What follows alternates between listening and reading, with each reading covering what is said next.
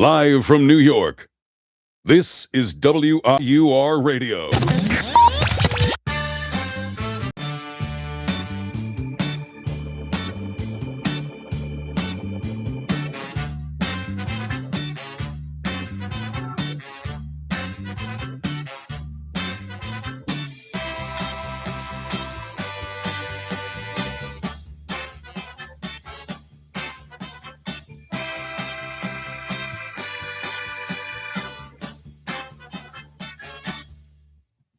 Ladies and gentlemen, welcome back to another edition of The Booth Review here on WIUR Radio. I'm Robbie Basil, joined by Chase Caridi, as always.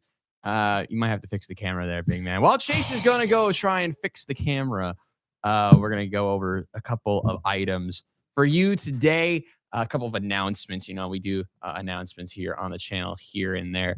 For reference, WIUR Sports back in action tonight. Me and Chase we'll be calling Iona St. Peter's. We'll break that game down for you. We'll talk over Iona Siena, of course, as well. We'll talk a little bit of MLB spring training with opening day of spring training just hours away, along with a couple other news and notes of what's going on. You know, next week we get to talk World Baseball Classic. I think everyone's going to be excited to talk World Baseball Classic, depending on if your team is there or not. You'll be able to hear us break down almost every single team. That's fun. But yeah, so we have that. Of course, we have the MAC tournament in a couple weeks. Myself and Landon Popovic will be going to that. Speaking of Landon, tomorrow is IBS Awards, so we'll see. We might do a whole trophy presentation type of thing on the Landon show if he wins. If he wins, nice. Comment down below if you want to see that. But yeah, let us begin with the game that is not tonight, the one that was last night. Iona women's basketball getting the job done against the Siena Saints. The big story of this game was the free throw line, where Iona was able to take advantage for sure. And it was a big day for a couple of stars, including Isabella Middleton, when they needed her most. Absolutely. And, you know, it is something that we've seen time and time again now. I mean, I can't think of the last time she didn't have a double-double or gets to 20 points or high in the double digits, at least in the teens. It has just been a great near end of this season for her, and especially I felt it kind of grew in that senior day presentation where we saw a lot of players get celebrated this past weekend when they played against Niagara, and she of course flashed there as well. I remember as being on that WR broadcast with Adam Pack, who was great as well in that showing. Seeing Bella Middleton have that great performance, and even seeing her family and friends also in the crowd supporting her, even with the big the fat head cutout of her that own was face awesome in the crowd. I gotta say that was awesome. I couldn't help but notice that high in the stands. I thought that was just great, showing the fanfare for her, and it is absolutely deserved because she has been a great bright spot in this team recently. And of course, again, another great performance from Zoe Ward, who sees herself have another double-double with 16 points and 11 rebounds, and even Ella Fajardo getting in on the scoring with 13. It's a team that, though they do kind of rely on the real star power of players like Middleton and Ward, there are still a lot of different players who can get a bucket when they need it most. I think we saw that in that Niagara game, seeing so many more different scorers. But even in Siena, when it came down to it, your star players performed, and especially, like you said, from the charity stripe, were able to get things knocking down and performing at a great game against a really strong opponent. On the flip side, I mean, Kyra Rain Tucker, who had 16 points, led the way for the Saints. I know Siena was missing one of their star players who played in the first matchup, not in the second. So that did have was very impactful for the Saints. But the Gales, they had a job to do. They were able to get it done. I mean, there was a little bit of a panic, you know, end of the first half. Gales were trailing, obviously, but they were able to play a very good game. They were missing Francesca Shiro, who in the first matchup had 23 points, has been arguably the best, will be the rookie of the year on the women's side in MAC basketball here in 2025-26. But the Gales, they matched up well. They played a very good fourth quarter, only allowing, I believe, 6 to 8 points total in the fourth quarter. When they needed to have a couple of big defensive stands, they were able to do that.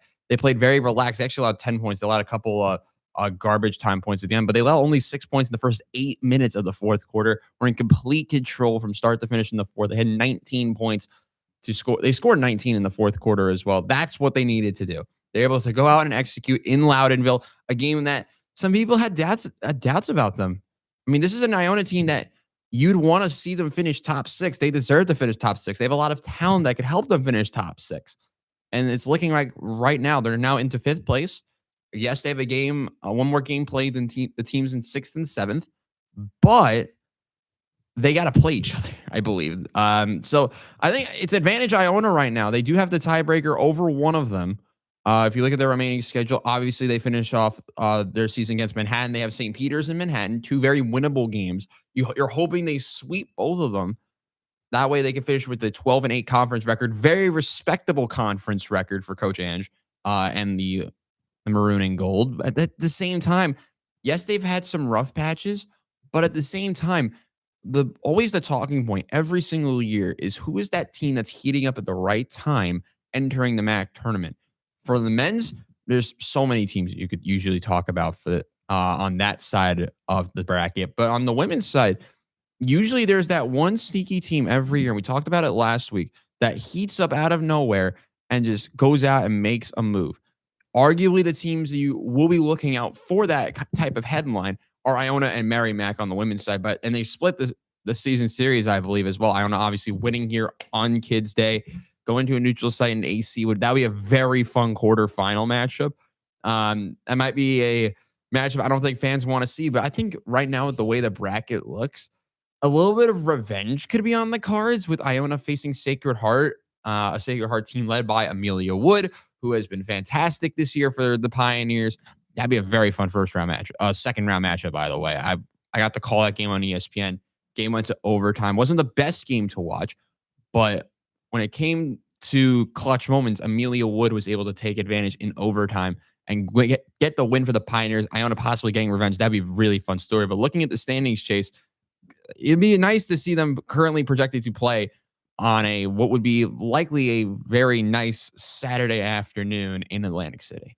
Yeah, it's absolutely important that they do not play in that first round quarterfinal kind of situation, because you see the teams, being one and done that could be on a Thursday or Friday. That's just not how you want to be able to do it. You want to get into Atlantic City and kind of slowly build yourself up to playing an opponent. And while it will still be a tough matchup, whoever they end up facing, it's going to be really interesting to see how this team will continue to move forward. Obviously, you say it's about teams, moving in with the best, streak of their season. They definitely had some lower spurts when it came down to playing those teams like Sacred Heart, even, St. Peter's, who they will have a rematch against. We'll see how they play just as we close up the season for them. But even still, when I look at this MAC conference, I mean, you have to just see how undeniable both Fairfield and Quinnipiac have been in this season, only having one loss both in their MAC conference records, which I believe is each other. So again, it just shows how strong those two teams could be when fully healthy. And the Gales are healthy right now, and they are absolutely striding with the force from Zoe Ward, Bella Middleton. It's going to be really interesting to see how those star players will match up to the star players across the MAC of who they may face off in Atlantic City to start out the tournament. 2 weekends remain in women's basketball. Men's basketball I'll talk about in a sec, but I want to just take a look at this just for the neutral as well. Look how clumped together the middle and bottom of the league are. The game for St. Peter's, how big of a moment this could be for them. I mean, it's a 1-game gap down to the bottom. They're going to be playing with firepower. They have a talented squad. They beat Iona the first time. And you got to imagine when they go to what would be a likely wet day or cold day at St. Peter's in Jersey City, you got to imagine Iona is going to be coming out hot, going to Run Baby Run Arena and trying to go out and grab what would be to some a very important road victory. Absolutely. And when it comes down to that last matchup, it was a tight matchup. I know you called it WR with our very own Cam Woolley. And even still, it was a tight game that just shows that Iona really needs to lock things down and play that full 4 quarters in every matchup. Obviously, we can say what we've said over and over again with the star power from Bella Middleton. He had 26 points in that matchup, an outstanding performance, and even still a double-double by Zoe Ward with 13 points and 14 rebounds. When those two are on, like I said, they can just completely take over a game.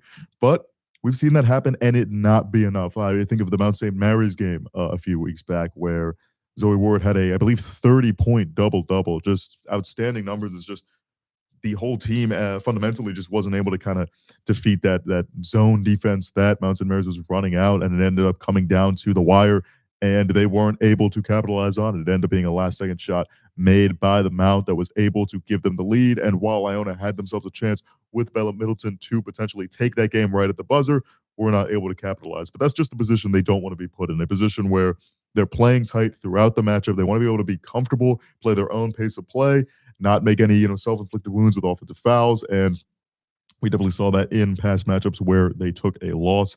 I'm thinking when it comes down to these last couple of games, rematch against St. Peter's, then you play Manhattan at home, which you went into to play the Jaspers, and you were able to defeat them handedly on a road game. I think they definitely are going to have much more confidence coming into that final matchup before they head off to Atlantic City, and we will just see how much further a whole team dynamic can take them with, the strong defense that Coach Ann Shamiwa praises, or if it's just going to have to come down to that star power that we've seen either have them sink or swim.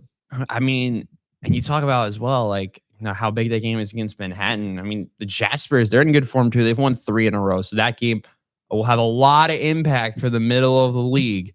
And we'll see how the rest of the season plays out. MAC women's basketball, Iona playing this weekend against St. Peter's. And of course, they play next Thursday. I'll actually be calling that game on ESPN.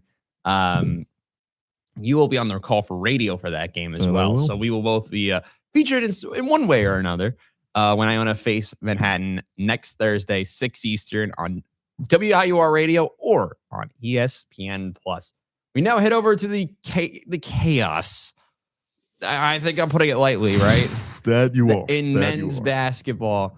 The story of the weekend, the Gales, needing 2 wins. What do they do? Well, they got 1, which 1 does not equal 2. If you do the math, you can figure it out. It's good math. It's less than 2, actually. It's less than 2, which is very true. Iona went out and lost at Niagara, which take that how you will. The Gales had a last-second chance to, I believe, tie it with CJ Anthony. Unfortunately, it did not go in. That's why we're talking about this game like the way we are. Iona now falling to 10th place in the league. For reference, that broke a 3-game win streak for the Gales against Niagara in recent series history. The Gales, on top of that, have won only 6 of the last 8 against Niagara in all competitions in men's basketball. And they're not in the best position. And what also doesn't help is that a lot of teams ahead of them have a bunch of winnable games. It's going to be a fight for Iona to try and finish in the top 6. And we know how chaotic the MAC can be. One of the teams ahead of them has that trip to Northern New York soon. It's not a great spot to be in if you're Iona.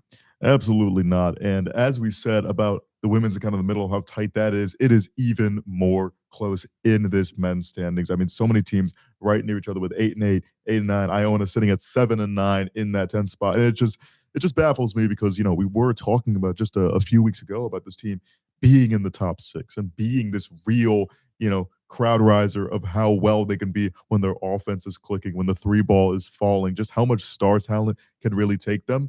And just unfortunately, it has not shown. I mean, we've seen still strong performances from a Toby Harris, CJ Anthony, Lamine Sabally, but just the inefficiency and lack of defensive effort to really close out these games is what may be their downfall. I still believe personally that they are going to make the MAC tournament, as it is very tough for them to. I believe they'd have to lose out in Niagara to win out for that to be the case. And while all things are very plausible, in the MAC conference, stranger things have happened. I'm sure we can believe that.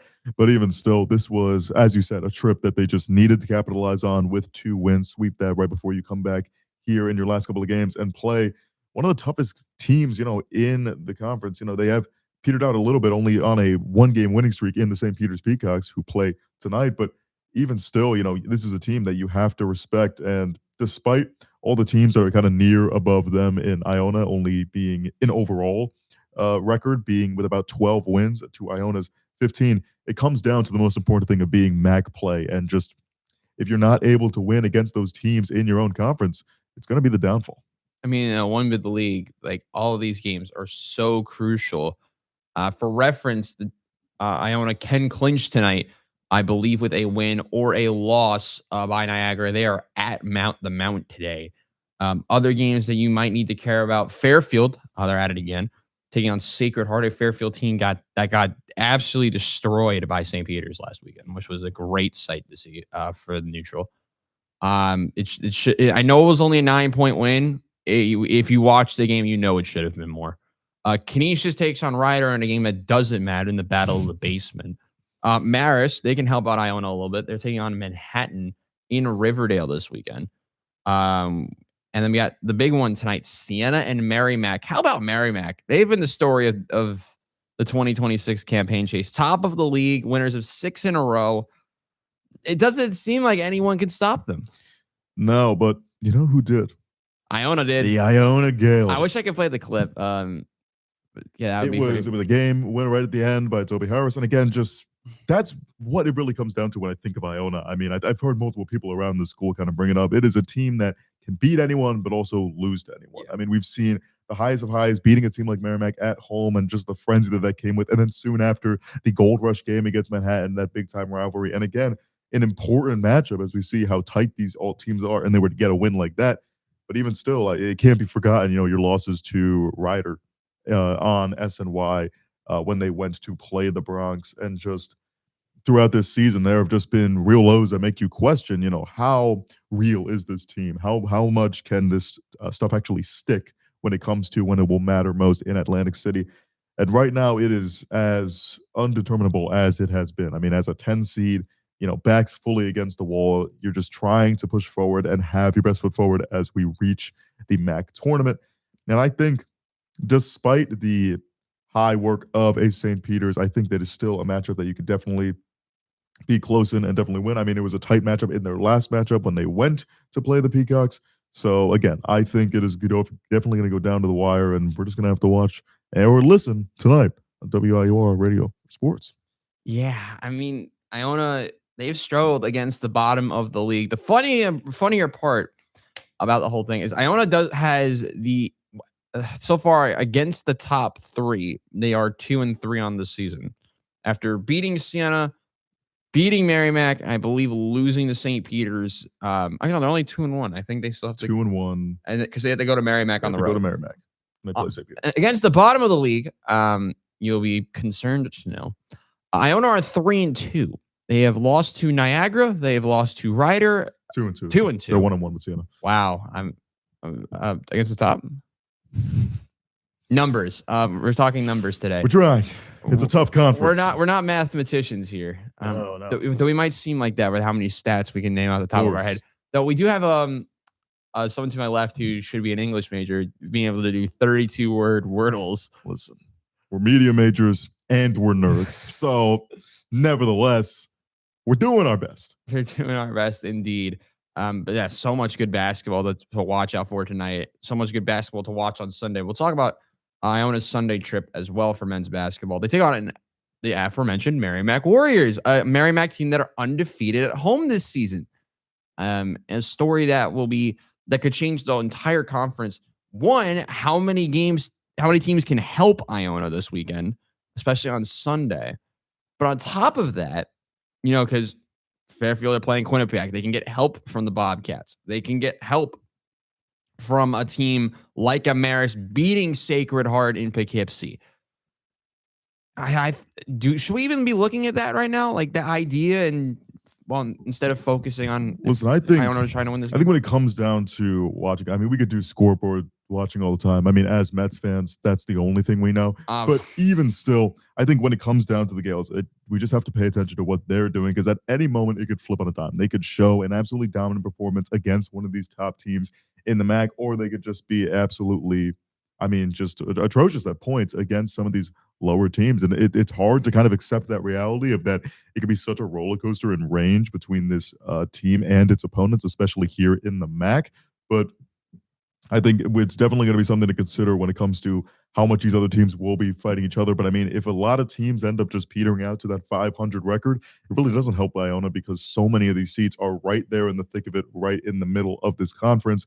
Besides having teams like Rider, Canisius, and Niagara being at the bottom, and then teams like Merrimack and St. Peter's at the top, it's just so much leeway and room between all these teams that have played so close against one another. It's really tough to kind of determine who is going to be able to come on top of that. And I think for Iona, it just comes down to win your own games and consider the rest of that placement in the conference after the fact. I mean, there's two big games. A game in Poughkeepsie and the game in Hamden could be so impactful. Imagine if Iona somehow get the weekend sweep, they would jump multiple teams and put themselves in a situation where it could be a last day clash with Manhattan. Winner goes top 6. There is still a faint possibility that it could happen. I mean, of course, Manhattan, they've won 3 in a row, somehow playing 0 defense. Defense is a myth to some, but to others, it is the way of life. Ask some of the teams towards the middle and the bottom of the MAC this season. We're going to take a break. When we return, time to talk, I believe, some spring training, as today is the opening day of spring training baseball. We'll be right back on WIUR Radio. Untouchable, unstoppable. This is WIUR Sports Radio. Hi, I'm Robbie Basil, president of WIUR Radio, and I hope you're enjoying today's show. Have you ever wanted to call the biggest games, the biggest moments for the biggest names for Iona Athletics? Then the newly founded WIUR Sports Radio is the place to be. Launched in January of 2025, our goal is to try and get broadcasters here at Iona an opportunity to learn, succeed, and get a chance to be on air.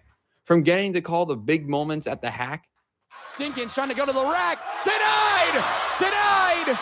Yafet Mundi with to seeing the crack of the bat at City Park. the line drive into left field, around third, and it kicks away. The Gales are going to win it in 10. We make those moments happen on our brand new WIUR Sports Radio platform on Mixer. If you're interested, feel free to reach out to me via email or to the rest of my e-board to join the club. We are WIUR Sports Radio, the new home of Iona Athletics. Now, back to the show on WIUR, Iona University Radio.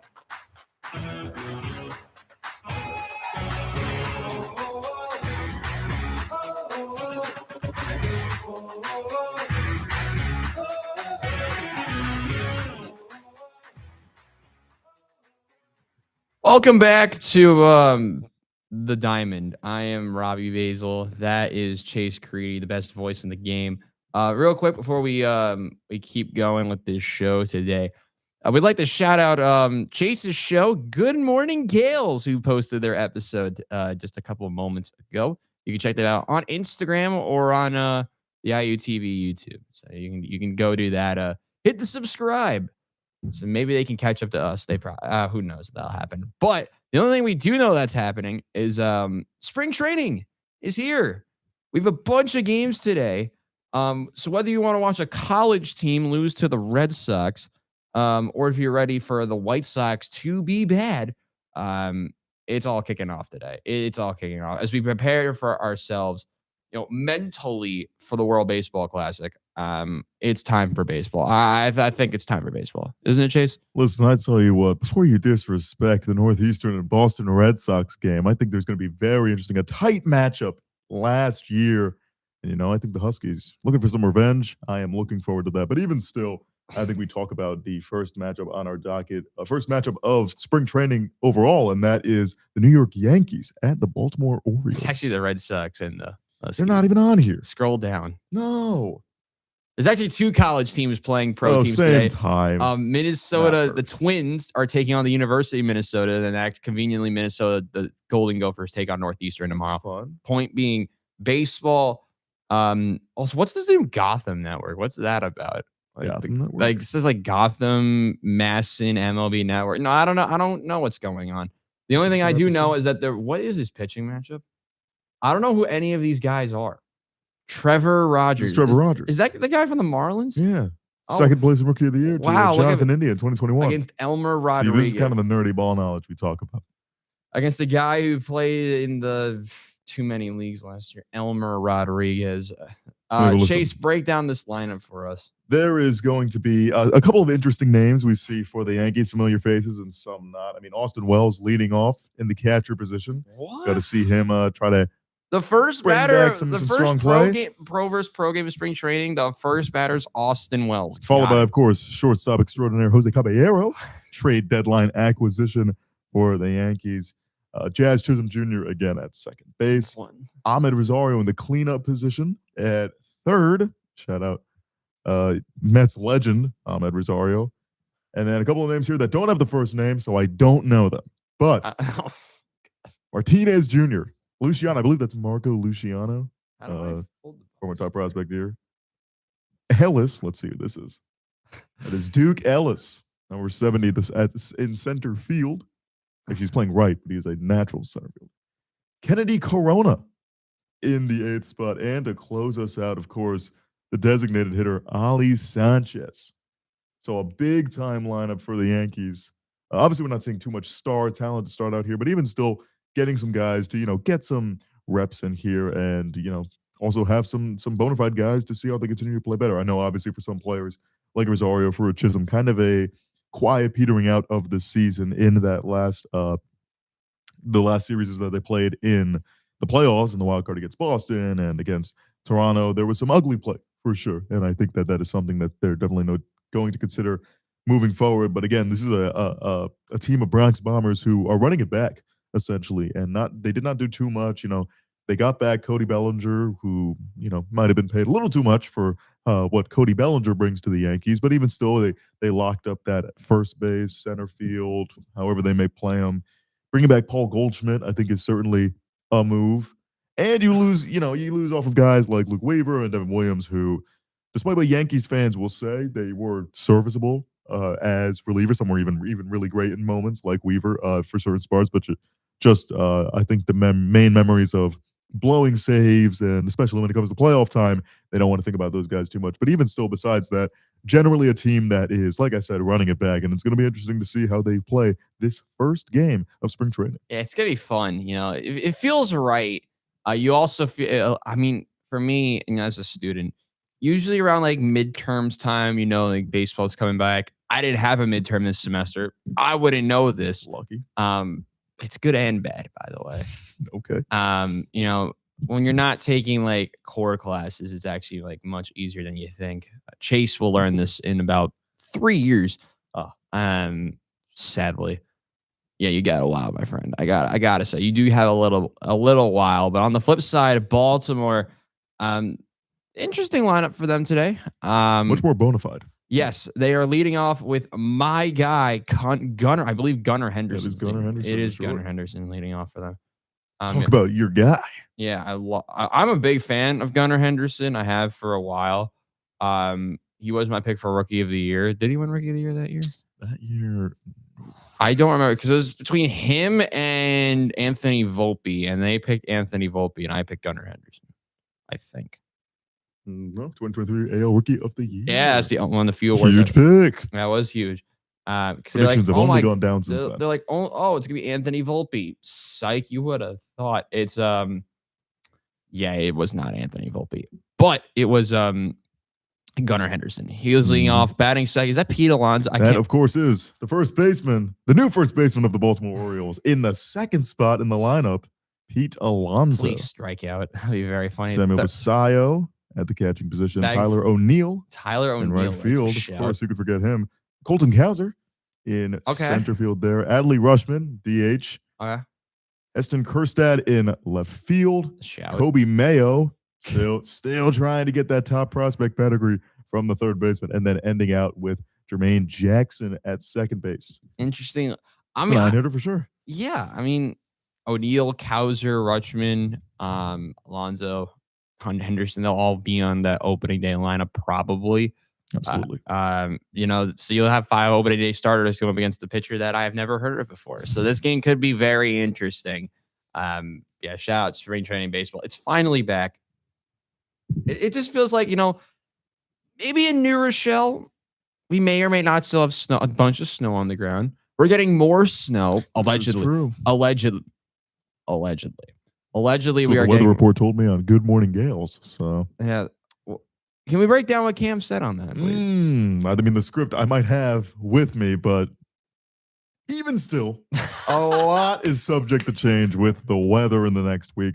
But there's definitely expected to be some precipitation that will be coming up. But even still, I think when it comes to the Orioles as we come up on the baseball season, I think is a team that definitely built up their lineup. I mean, a member of the Orioles that is not in their starting 9 here that I think needs to go mention is Taylor Ward, who they Yeah. traded for from the Angels in exchange That's for very Grayson weird. He's not Rodriguez. in it, actually. I would have expected him over Colton. It is Cowser. very interesting. I mean, they could just be getting, all these different guys, see what they still have, like guys from Kerstad and Cowser. But definitely Taylor Ward is an impact bat that they were able to trade for this year and get rid of a guy in Grayson Rodriguez who, despite, as I've said multiple times already, that top prospect pedigree that a lot of these Baltimore Orioles players do come out with, it just didn't exactly fall in line for Baltimore. And now he goes to the Angels because, I mean, figure out a team that has pitching development, Anaheim. Damn. That's where they sent him. that was very smart. So it's unfortunately probably going to be a couple more years before we see maybe the best get out of him. But even still, I think this Orioles team definitely improved this year with their lineup. Pitching wise, it's going to be interesting. Like guys like Shane Baz that they added. I believe they recently signed Chris Bassett. Yes. That's a name and a half, but an addition nevertheless to eat innings for the Orioles. And I think that definitely hires their floor. But in this really tough, close AL East, I don't know how much they are better than the other teams that are in their division. Yeah. Also, I want to give a shout to the Red Sox roster that they're throwing out against a bunch of 20-year-olds. Notable players include Christian Campbell. He's playing center field today. Got And into last year's Masataka game. Yoshida. Wow. Very Yoshida. weird lineup. They're going up against Robbie O'Connor, the UMass transfer, who was underwhelming. If you watch that game. Other than that, I have no idea who anyone is. Nate Eaton, I think, is He leading returns the off. lineup who played in that last game against Northeastern. Yeah, he was he was okay. I have no idea who this cleanup hitter is. Nathan Hickey, sure, dude. Played he played 128 don't games know. in AAA last year. Number 72, Mikey Romero. Mikey Romero, that's a good shout. I'm sure this is thrilling content to watch. Yeah, I was clicking through the lineups. Yeah, because we have obviously, we're busy. Also this is the episode where like nothing's going on. So lot of waiting around for sports. I mean, we just saw the All-Star break for the NBA. That was interesting. The big news with the Olympics. We do have a score update. If you like hockey, Canada are still losing. That's right, chat. Canada Get the sound going. is still losing. Actually, that makes more sense. What you hate to see. 2-1 Finland. I already know my group chats are already popping off today. Other news, we can talk a little bit of football. There wasn't a little bit of football news. The Rams, they've obviously lost pieces in their staff again. Nate's, how do you say Shieldhaas?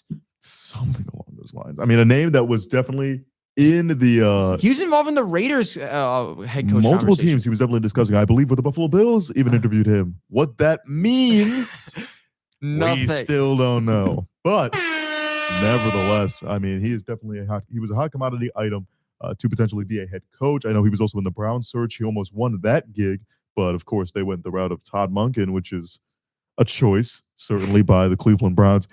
But even still, I mean, I can't deny how great a lot of these former members of the McVay coaching staff have been. And, he's built himself a tree that has shown a lot of success. And now we're just going to continue to see, especially how guys will continue to try to build up a reputation, see guys like Kevin O'Connell, how they might potentially boost up the Viking season as we wait till next year, even though we don't know who their quarterback will be. But even names like Clint Kubiak trying to bring the Raiders back to some winning ways with Mendoza being the first overall pick that everyone will. And definitely that he will be. And it's going to be interesting to see how some of these guys turn out. But even still, the Rams, they are just able to continue to build coordinators and members of their coaching staff that just are able to show how elite the team can be. And, it may help that you have one of the best in the game at quarterback and wide receiver. But And Matthew Stafford. tomato, tomato. I mean, Stafford's been, really a game changer for Los Angeles. Remember that trade for Jared Goff? A trade that, looking back on it, people were questioning a little bit when it happened. I was questioning because I was like, Jared Goff to the Lions? Doesn't seem right. Well, guess what, folks? It's worked out for both of them. Well, at least for one. One of them has a Super Bowl ring. And the Lions are competitive. Maybe. Got embarrassed by the Commanders a few years back. And then last year just sucked. lost to Max Brasmer on Christmas. So Yeah. A lot of air horse sounding for a lot of these teams, but Yeah. even still, it's It gonna should be interesting. fire alarms, but we don't have that sound effect on the board. I can pull it up. I don't think people want to hear a fire alarm on the middle of our show. Other news that you might need to care about on the NFL. I'll hit the sound effect for that. Nothing. There hasn't been a No. lot. How much you've glazed the NFL draft. Oh, we get your thoughts on this.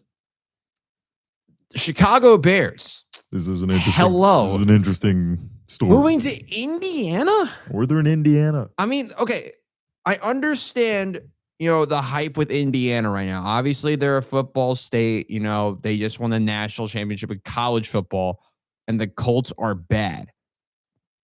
But Indiana for a team in Chicago?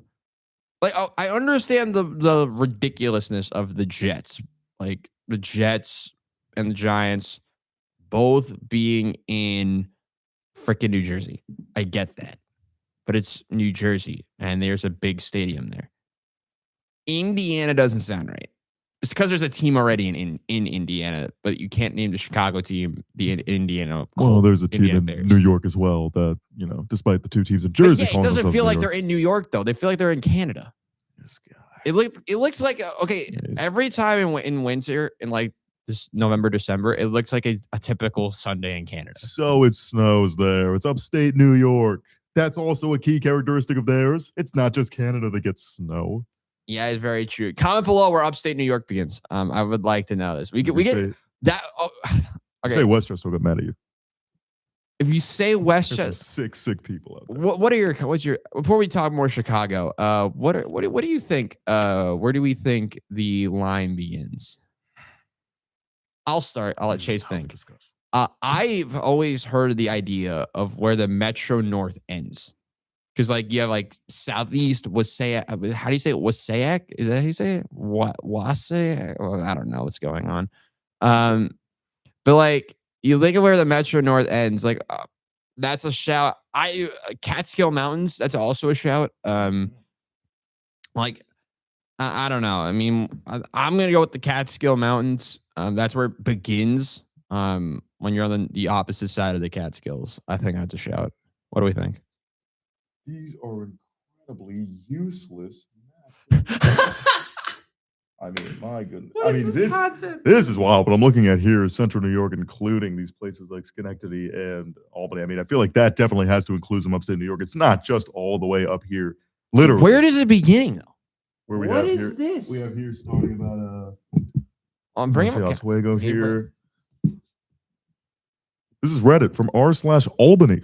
Make sure we credit our sources here. The line is north of Oneonta. This feels ridiculous, but nevertheless, it is a subject that people, Downstate. Comment below if you've ever heard of downstate New York. San Antonio not being upstate is wild. I've never heard Nevertheless, of downstate New York, though. how we got to this conversation. I don't remember, but I remember. nevertheless, Chicago got there. Yes. Northern Indiana, yeah, definitely an interesting choice. I mean, I think people have complained about Chicago and how they've dealt with Soldier Field and how that kind of deal has been brought upon for as long as it has been.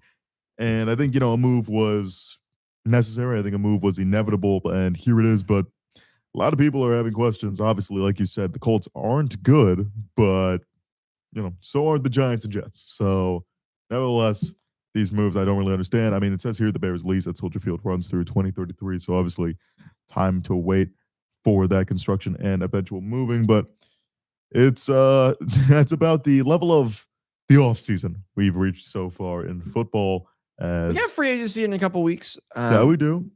Speaking of free agency, the Browns, they've lost another star player. Wyatt Teller is gone. As officially stated on Instagram, I believe, that he is not coming back That is very to the true. Browns, which means the entire offensive line for the Browns are set to be free agents. Good.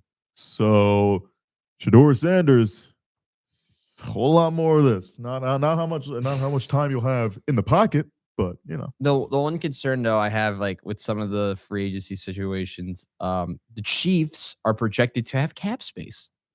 That is concerning. never gets better. As it does. It's when the Jets have cap space and don't use it.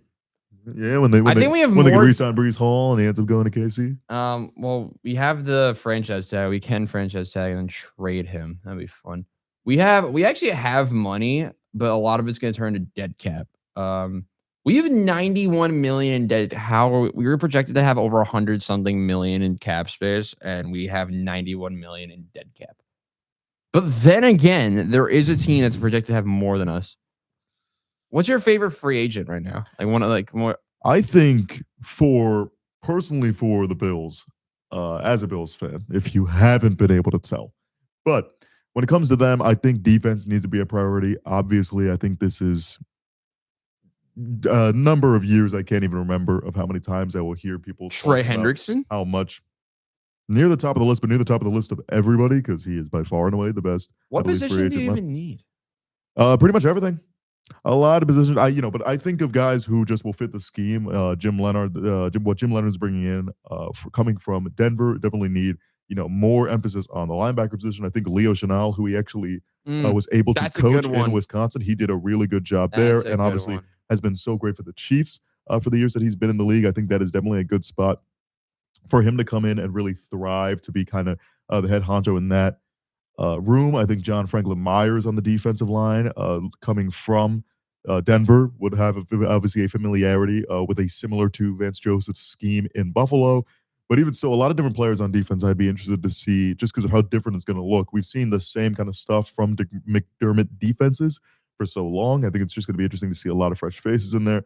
And then in terms of just names that I think are just going to be really interesting when it comes to where they're going to go in the market. I mean, I feel like the number one guy I look at is Malik Willis because, I mean, sure, it was a smaller sample size, but that man looked like he could play for a professional franchise as the starter, even if it's for, finding the stopgap until you end up going to greener pastures. I think he definitely deserves a chance to move forward with some success. I see on ESPN here they have the best team fit being in the Miami Dolphins. I think that is definitely a very viable option. But I mean, a bunch of other teams could use him to potentially have quarterback competitions. I mean, Minnesota needs anybody. The New York Jets could definitely benefit from that. Definitely can't be worse than the Tyrod Taylor and Justin Fields experiment. Well, I mean, it could get worse. You couldn't be you could be paying for people to not be on your team. What do you think the Miami Dolphins will be doing with Tua Tagovailoa's contract? I think they're honestly gonna cut him, and then Tagovailoa is gonna go to who wants Tua? Go to Minnesota. Then KOC is gonna save you, man. Minnesota. You're not gonna get Tua Tagovailoa. I'm intrigued. When you talk about defensive line, the amount of good, decent Jets players that are gonna leave us is really annoying. There's good players obviously coming off of the Seattle Seahawks defense that were so great. Boye Yes. Mafe, we're going to see hit free agency, and Ooh, it's I going to did not definitely know be an interesting ad there. Matt Milano's a free agent, Matt Milano is a free agent. There are a lot of Buffalo Bills that are free agents, including most of the offensive line. So Hey, can we? it's going to be interesting to see what they do there. Joey Bosa being a free agent as well. Noah's of course. Noah's a fun one. No, you could revive the career of Jerome Baker. Remember when he was good? I'll never forget Jerome that. Baker. I believe 30-yard sack he had on Mahomes Yes. as a member of the Dolphins. Devin Lloyd, I think would be fun. Devin Lloyd is definitely, he was a bright spot in that Jaguars defense that really I think turned he's it going to around. stay in Jacksonville, but he's I 28. believe so. Yeah. What the heck? The time flight. Kenneth Son, we're Murray's a getting good old. one. Kenneth Murray's a good one. Kenneth With Murray has Vegas, 'cause defi- I has think he's going definitely to shined. leave Vegas unless he gets an infinite number of money. Rico Dowdle is a free agent. What? And we obviously saw yeah. how important he The- was to that running game for Carolina. The current projected highest AAV running back, I just want to make everyone know this, is Javonte Williams, which he had that season in Dallas. Diamond in the rough in fantasy this year. Well, except for when he got a touchdown and then didn't play for the rest of, I believe, the semifinals or finals, it might have been. Yeah. Notable players who are free agents: Kenneth Walker, though I assume he will resign in Seattle. He just Interesting won this- discussion in that parade with John Schneider making some snide comments about Kenneth Walker trying to Yeah. negotiate a contract so soon after the big game. Yeah. So it's going to be interesting. Obviously, I believe he will come back and they will try to repeat how successful the Seahawks were down the stretch. I mean, obviously, we talked about a lot of the offensive line in Cleveland. DJ Reader, we were talking about DJ Reader actually when we were trying to do the what is it called? The Weddle. Weddle. The Guess the Weddle. NFL player. Um, Could we guess him? there's a lot of Nope. there's a lot of retiring players here. A lot of old heads on this sheet, My good friend, and of course, Andre Cisco of the Jets. Rashid Shaheed. once again a free agent.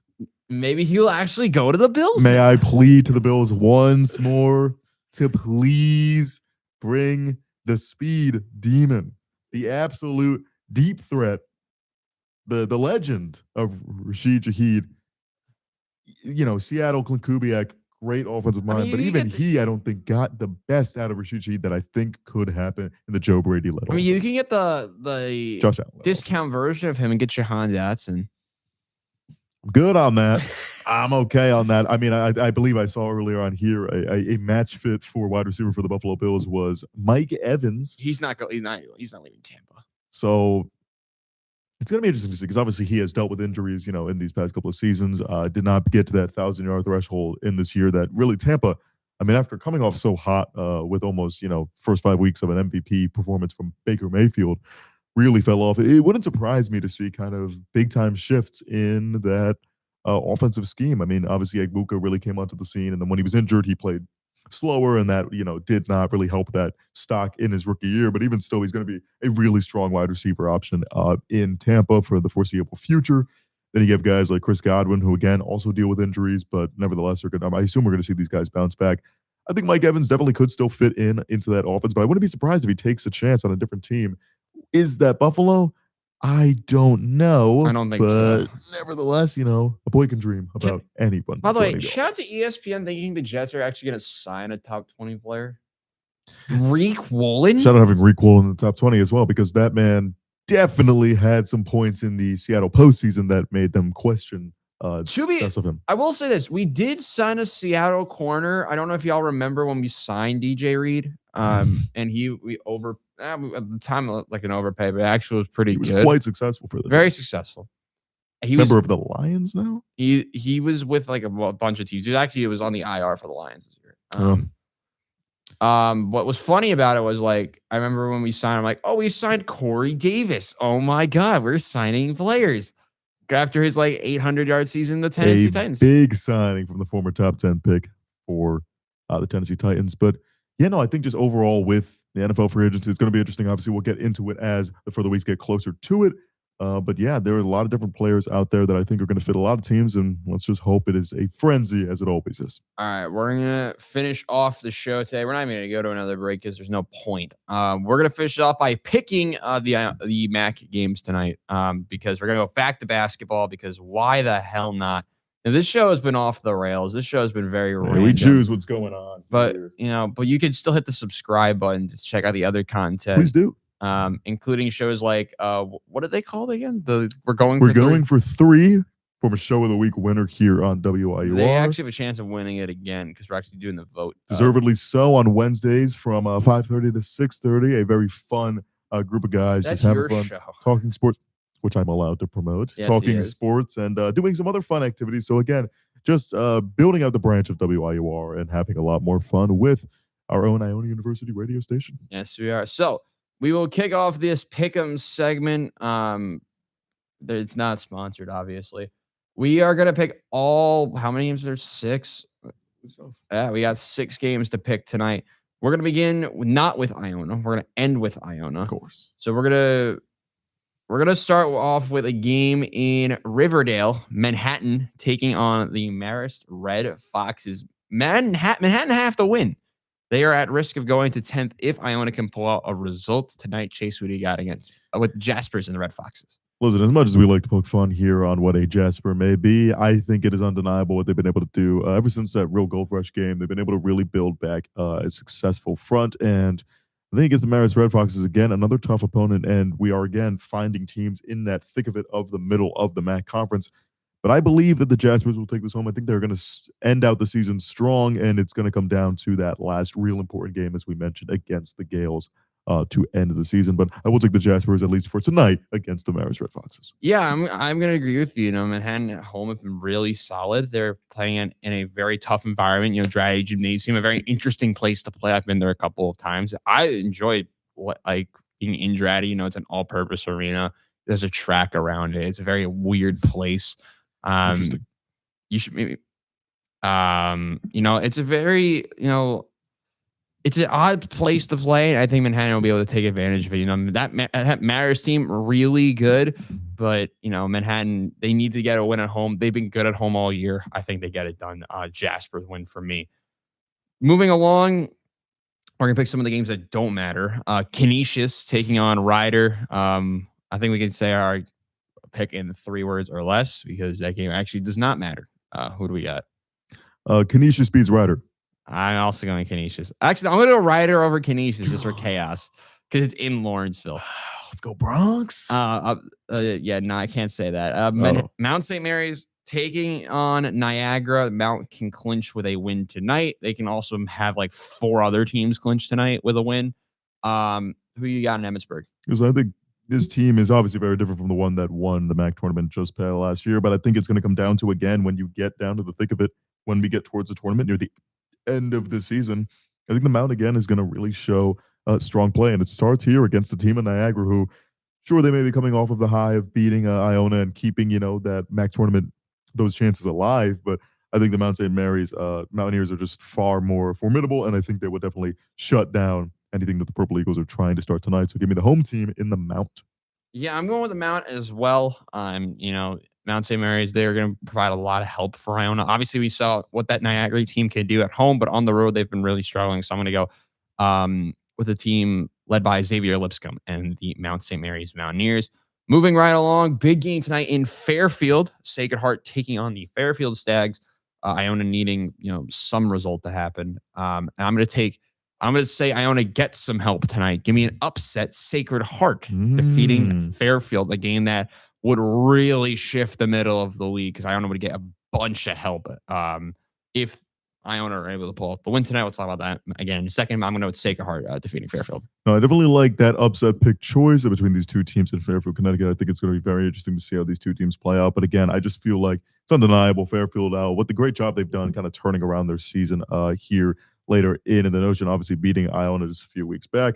Sacred Heart, a team that Iona also faced, feels like eons ago, but they were able to defeat them on the road against the Pioneers. And unfortunately, I think that just the Stags are just a stronger competitor here, and they will take down the home win. Moving right along, we have the featured game tonight. Siena taking on Merrimack in North Andover. Siena needing a win to stay in the hunt for the top 3, while Merrimack look to stay undefeated at home. Who do you got? I think I just have to go with the Warriors. It's just undeniable how strong they've been on such a good streak. And just like you said at home, they're just such a more different team. And I think while the Siena Saints, they have shown that they are near the top of the MAC, I just feel like there's just a different placement when it comes to teams like the Peacocks and the Warriors. And that's why I'll take Merrimack in this matchup. I'm going Siena. I'm going to go with the experience here over the first place party. I love what they've done at Merrimack and what the boys from North Andover have done all season, being able to build themselves up to be in a position to compete for a MAC title. It would be the second time, like back-to-back years, where a team that's been in the league for less than 5 years could go on to win a MAC title. Remember Mount St. Mary's playing in their first men's MAC final and went on and won. I think if Merrimack go into AC with the momentum, I think it's very possible they do that again. But this Siena team, led by Gavin Doty and Brendan Coyle, they have a very experienced group.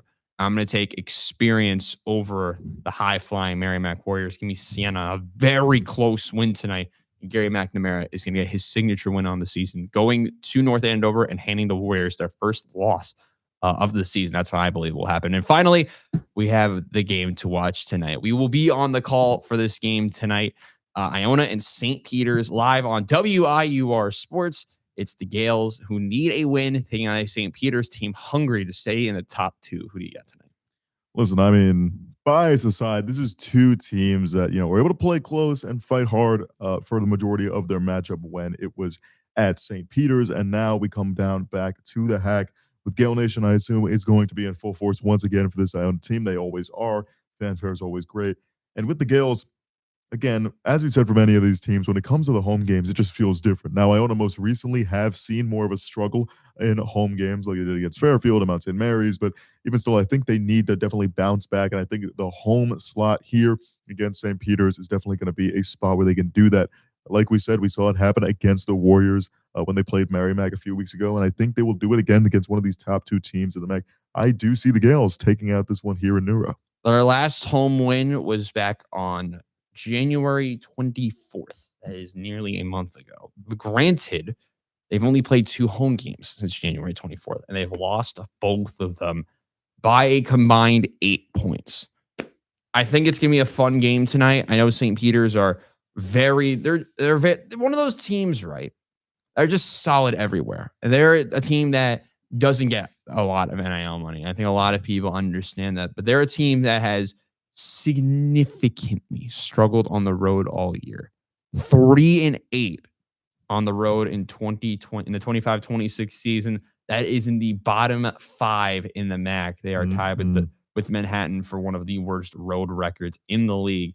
Iona 9-3 at home. They're searching for their 10th home win on the season. I'm going to go with Iona getting the upset win over St. Peter's tonight, and Iona pushing themselves likely up to, I believe, 8th place based on the results that we've said. But unfortunately for you at home, that will be the end of today's episode of the Booth Review. Next week, we preview the World Baseball Classic. It's going to be a very fun episode because we will not be here in 2 weeks.